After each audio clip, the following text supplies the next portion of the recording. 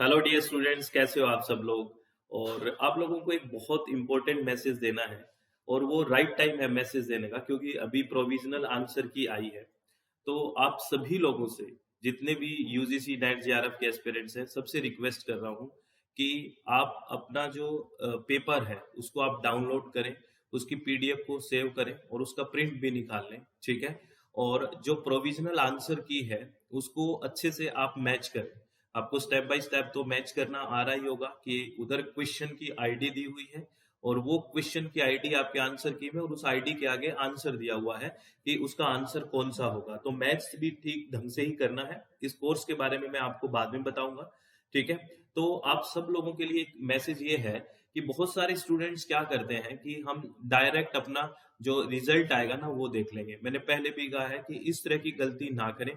Result तो आ जाएगा, ठीक है ना। रिजल्ट में आपको एक फाइनल वो इवेल्युएशन होगा, एक फाइनल मूल्यांकन होगा कि आपका सिलेक्शन हुआ है कि नहीं हुआ।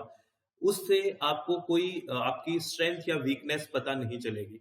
चाहे आपका पेपर कितना ही अच्छा हुआ हो, चाहे आपका पेपर कितना ही खराब हुआ हो, अब उस पेपर का एनालिसिस करना बहुत ज्यादा जरूरी है। और एनालिसिस कब होगा? जब आपके पास पूरा पेपर सामने होगा कि ये पेपर मेरे सामने है, ये क्वेश्चंस मेरे पास आए थे, ठीक है। और आपके आंसर की आपके सामने होगी। एक तो आपने जो आंसर किया वो पेपर में पता होगा, ठीक है, और राइट आंसर क्या है वो भी पता हो जाएगा।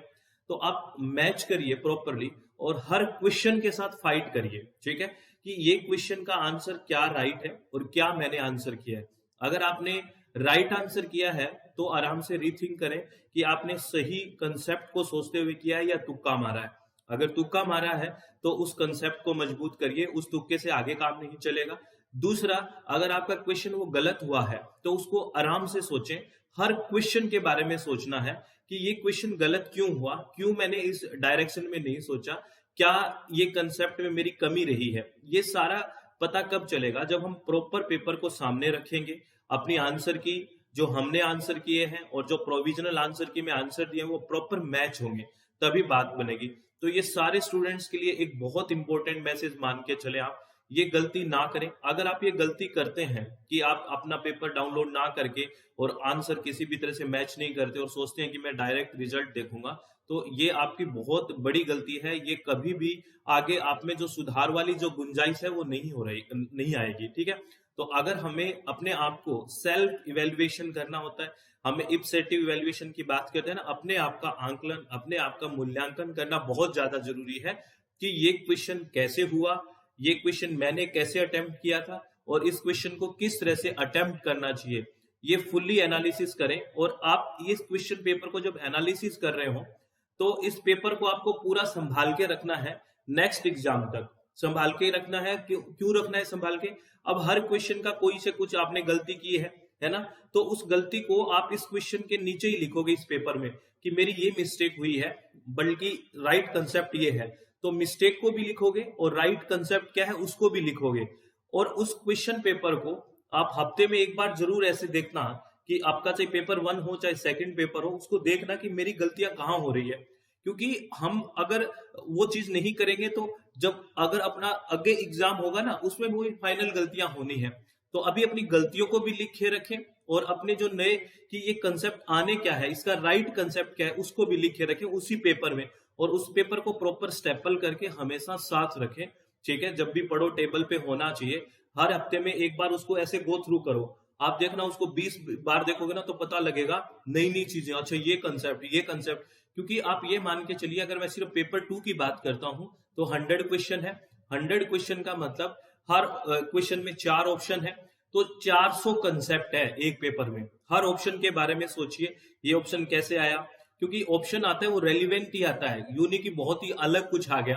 तो उस ऑप्शन के बारे में भी कुछ लिखने की कोशिश करिए कि ये ऑप्शन किस क्वेश्चन का ठीक होता या इस ऑप्शन का मतलब क्या है। तो आपके 400 कंसेप्ट मजबूत हो गए एक पेपर से। आप सोचिए, अगर इस तरह से हम तैयारी करेंगे, प्रॉपरली एनालाइज करेंगे हर चीज को कि क्या मेरी स्ट्रेंथ है, क्या मेरी वीकनेस है, तो सिलेक्शन कैसे रुकेगा और आप में एक कॉन्फिडेंस भी आएगा कि मैंने फुल्ली एनालिसिस कर लिया है। आप मुझे बता दीजिए, इस तरह से आपने कभी भी कोई भी पहले पेपर का एनालिसिस किया है? मेरे हिसाब से 90% स्टूडेंट कहेंगे कि नहीं, हमने इस तरह का एनालिसिस नहीं किया और नहीं किया इसीलिए हम सिलेक्शन के पास पास भी नहीं रहते, या हमें वो कॉन्फिडेंस डेवलप नहीं होता है। आप रिजल्ट भी ले आओगे कैसे दुख या कुछ भी होके, रिजल्ट भी चलो आगे आसपास होके, लेकिन एक जो कॉन्फिडेंस डेवलप होता है वो फिर नहीं हो पाएगा। आगे भी सिलेक्शन तो एक लास्ट नहीं है ना कि सिलेक्शन हो गया उसके बाद कुछ नहीं, आगे भी बहुत सारे काम करने हैं, आगे भी सर्वाइव करना है। तो वो कॉन्फिडेंस के लिए प्रॉपर चीजों को एनालाइज करना बहुत बहुत बहुत ज्यादा जरूरी है। तो I request to all dear students की पेपर के हर क्वेश्चन के साथ फाइट करें, हर क्वेश्चन पे लिखें, चाहे पेपर 1 हो पेपर 2 हो, कि ये गलती थी मेरी और इसका राइट कंसेप्ट ये, और पेपर में ही लिखें और पेपर को स्टेपल करके साथ रखें और वीक में एक बार ऐसे देखें उस पेपर को कि क्या गलतियां थी, किस तरह से है, तो देखना कितनी मजबूत स्थिति में हो जाओगे। और इसी तरह अगर आप 5 साल के पेपर निकाल लो, है ना, आप पहला पेपर निकाल लिया, अब इसी तरह पीछे के पेपर भी निकाल के ऐसे कंसेप्ट को लिख लो, तो आपका सिलेक्शन कौन रोकेगा, आप खुद सोच के चलिए। क्योंकि एक पेपर में अगर पेपर 1 के माने तो 50 क्वेश्चन है, 200 एक क्वेश्चन में 4 ऑप्शंस है, 200 कंसेप्ट बन गए।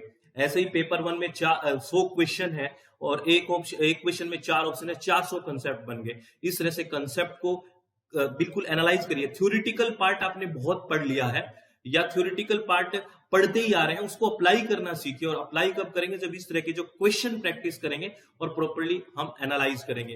तो आप लोगों को बहुत सारी शुभकामनाएं। आपका स्कोर कैसा रहा, किस तरह रहा, वो आप एक बार बताना, और ज्यादा विचलित होने की जरूरत नहीं है। अगर बहुत कम है, लग रहा है कि सिलेक्शन के आसपास हम नहीं है, तो तैयारी को स्टार्ट कर सकते हैं आप, ठीक है, अभी से ही तैयारी स्टार्ट करें।